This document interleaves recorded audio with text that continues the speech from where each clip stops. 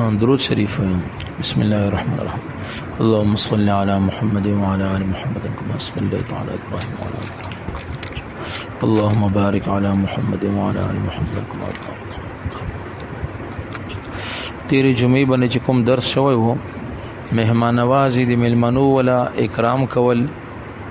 اور د هغې ولا چې کوم حق ته د هغې ولا ترغیب وو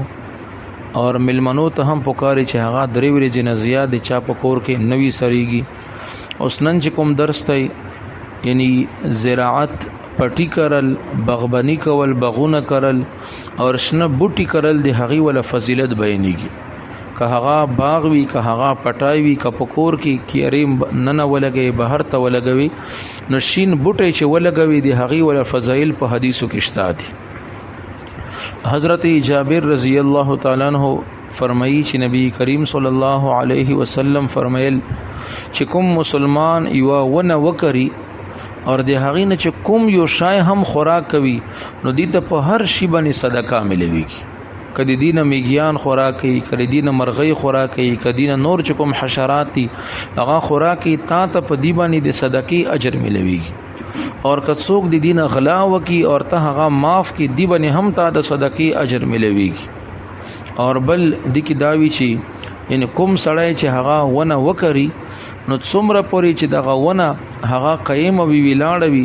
امر پورې هغه ته صدقې ول اجر چې ده هغه ملويږي. اور دی په اجر کې څه کمواله هغه نه رسی څومره پورې چې هغه ونه قیم وي اور هغه ویلاړ وي. ها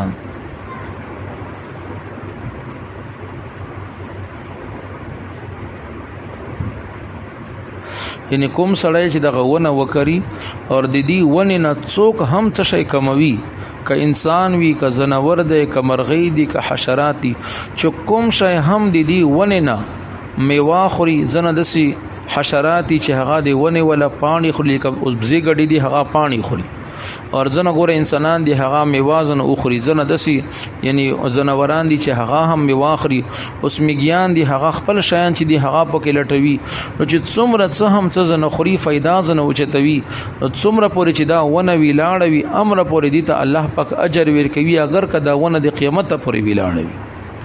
اور بل حضرت انس رضی اللہ تعالی عنہ فرمایل چې نبی کریم صلی الله علیه وسلم دا فرمای چې کوم یو مسلمان ونه وکړي یا یو فصل پټای وکړلو اور د دینه مرغۍ خوراک کوي یا د دینه انسان خوراک کوي نو دې ته په دی باندې هم د صدقې اجر ملويږي. دا هم د دې لپاره صدقه ده. اور حضرت معاذ بن انس رضی اللہ تعالی عنہ هغه د نبی کریم صلی الله علیه وسلم نه روایت کوي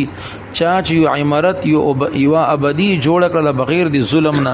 یعنی خپل زمکه د خپل په دی باندې د کور یو بلډینګ عمارت کور دی جوړ کړلو اور بل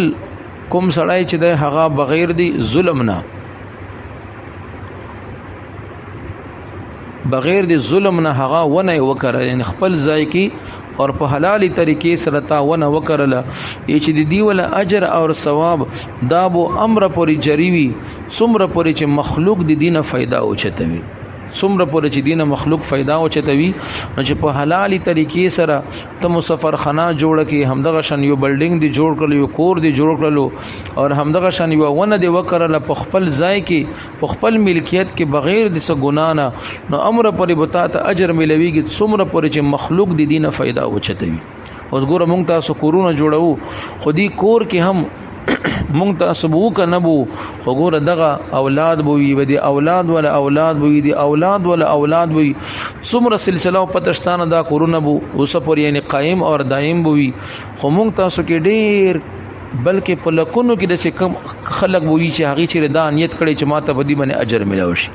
بلکې کور جوړوي دا مو سره سوچ هم نوي حالانکه دا سوچ کول چې بدی کې بزو اوسېګم ما سره بال بچو سیږي ما سره بیبي اوسېږي اور سبب دانه نور بو اوسېږي نو څومره پورې چې دغه کور نه خلق फायदा اوچتوي امر پورې بتا ته اجر ملوي نو دا موږ صدقه جریه ده. خو چې دا نیت وي تکړه وي او همدغه شان ونه کرل شول خو دې کې ګوره ځنه کورونو کې ونه وي او د هغې ونې نه ګاونډیانو ته تکلیف وي مثال کې د هغې نه غرمه وي سرکړې ژمي کې د غرمه ضرورت وي یا داسې وي چې په هغې کې پاس نه نور شیان کې نه هغه لاندې نه ګندګي کوي یا هغې کور ته پاڼې ور پرېوځي هغه د نه تنګ وي په پکار د که ونه کټ کوي هغې طرف ته کومې څانګې دي هغه کټ کول پکار دي ځکه حدیث شریف کې رسي چې ته خپل دیوال دمره نه اوچتوي چې د بل ګاونډي ولا ته سویره وساره کې غرمۍ وسار کې هغه ته تکلیف نه ورکوي اور بل یو صحابي فرمایي چې نبی کریم صلی الله علیه وسلم نه دا خبر ما په د خپل دوه غوګونو باندې اوریدلې ده دا صحابي فرمایي چې ما په د خپل دوه غوګونو د نبی علی السلام نه دا خبره اوریدلې ده چې کوم سړی واونه وکړي اور دای د هغې حفاظت کوي په دې باندې صبر کوي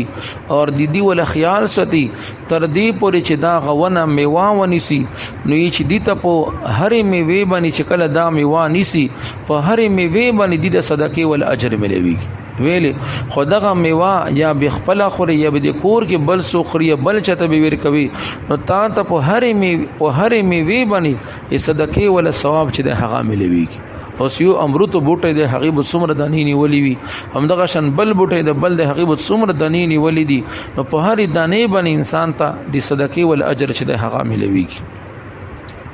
اور حضرت قاسم رحمت الله علیه فرمایي چې زه د حضرت ابو درداء رضی الله تعالی عنہ سره ز په دمشق کې وم دمشق کې زه ورسره وم اور یو سړی چې هغه په ابو درداء باندې تیر شولو اور حضرت ابو درداء رضی الله تعالی عنہ کرلا هغه ته فرمایل اتفعل هذا وانت صاحب رسول الله صلی الله علیه وسلم اے ابو درداء تم ونه کری حالانکه ته د نبی علی سلام صحابی هغه ته فرمایي چې لا تعجل علی ما بني جلتی مکه وای نه ما بني فتوا ملګه او صبر وکا زه ونه ویل کرم چې ما د نبی علی السلام نه اوریدلې دي چې کوم سړی ونه وکړي اور د هغې نه انسان یا د الله ولا کوم یو مخلوق هغې ونې نه فایده وچتي یعنی خوراک کوي نو دې ته په دې باندې صدقې ولا اجر ملويږي زه دا ونه ځکه کرم چې نبی علی السلام نه ما اوریدلې دي چې څوک هم ونه وکړي دغه ونه نه کچېره انسان خوراک کوي یا بل مخلوق خوراک کوي دې ته د هغې صدقې اجر چې د هغه ملويږي اور بل حضرت ابو ایوب انصاری رضی الله تعالی عنہ فرمایي چې نبی کریم صلی الله علیه وسلم فرمایل چې کوم یو سړی ونه وکړي نو دیته الله پاک اجر په دی باندې لیکي دي صدقې ولا ما یخرج من ذلک العرس من ذلک الغرس دی ونه نه چې څومره پیداوار څومره فایده راوځي په دی ټولو باندې دیته اجر چې د هغه ملويږي اور حضرت جابر رضی الله تعالی عنہ فرمایي چې یوزل نبی کریم صلی الله علیه وسلم د بت په ورځ باندې قبیله بنی عمر بن عوف دته تشریف راوړل نبی علیہ السلام دی قبیله تراغللو اور نبی علیہ السلام دغه قبیله ول سره خبرې کولې به تو فرمایل چې یا معاشر الانصار اے د انصار ډلو د انصار خلقو انصار ته فرمایي چې لبیک یا رسول الله نبی یا رسول الله نبی علیہ السلام ته فرمایل چې تاسو په زمانه جاهلیت کې چې تاسو د الله عبادت نه کولو تاسو بوج برداشت کولو تاسو په خپل مال کې خکرونه کول اور تاسو مسافر سره مونږی کولا او چې کله الله در باندې احسان وکړلو اور اسلام در نصیب کړلو پیغمبر در نصیب کړلو تاسو خپل مال د خلقو نه محفوظوي یعنی خپل بغونه مودي اور بغونه مو چردی ولی را توکړی دا اور بغونه ته څوک نه پرېګدي چې د هغې نه انسان خوراک وکي هغې نه درندگان خوراک وکي هغې نه مرغۍ خوراک وکي په دې باندې تاسو ته اجر ملويږي زمانه جاهلیت کې تاسو سخاوت کولو اوس چې کله اسلام راوړلو نو تاسو خپل مالونه محفوظ کړل چې څوک یې ترا نشي چې دا دعوت وچلولو اور دغه صحابه کرام واپس لاړل چې هر صحابي چې باغ وو په یو باغ کې دیش دروازې پرېږدولې په یو باغ کې 30 دروازې چې د هغه پرېږدولې چې د کوم طرف نه څوک رسي دینه د خپل وس مطابق خوراک چې د هغه کوي کړ دمره پر ګور دی د نبی علی السلام او خبر باندې دا و چې هغه عاشق او دمره پر دوی تابعدار نو موږ تاسو ته هم دغه دشي اسی هم څومره پر چې ونشناوي امر پر هغه د الله پاک ولا ذکر هم کوي او شناونه چې کوم د هغه د طبي د ډاکټري په لحاظ سره هم خوي او نور چې کوم دی ولا فضایل دی ګوره هغه هم د بیان شول نو کور کې د میوه ولا چې زائد سروي نو د میوه ولا ونه لګول یا د کرې ولا کور د هغه کې ونه لګونو ځای شته دی نو هغه ته هم دغه شان کور مخته دی کی کر دی بل د سی بوټي دی نو پکار د هغه سره اعلان نه کټکې چې د سویره ولا جوړ شي سبا څوک بلیری تیریږي وي تکینی یا خپل یا نور د سی یعنی ګوندیانو چرګي ستلی دی هغه وي تکینی او همدغه شاندسي چې زیا کور کې وبس یتیږي اوس فزول چې زیا کوي نو دی بوټي ته به اچوي هغه وبب هم نه زیا کیږي بوټي چې دی هغه به هم پړن کیږي بقیا دی بخل ولا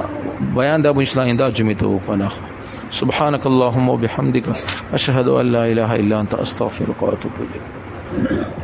الحمد لله رب العالمين والعاقبة للمتقين والصلاة والسلام على رسوله سيدنا محمد وعلى آله وأصحابه أجمعين ربنا تقبل منا إنك أنت السميع العليم وتب علينا إنك أنت التواب الرحيم ربنا ظلمنا أنفسنا وإن لم تغفر لنا وترحمنا لنكونن من الخاسرين اللهم اغفر لنا وللمؤمنين والمؤمنات والمسلمين والمسلمات الأحياء منهم والأموات اللهم إنا نسألك خير هذا الليل وفتحه ونصره ونوره وبركته وهداه اللهم بارك لنا في الموت وفيما بعد الموت وصلى الله تعالى على خير خلقه محمد وعلى آله وأصحابه أجمعين برحمتك يا أرحم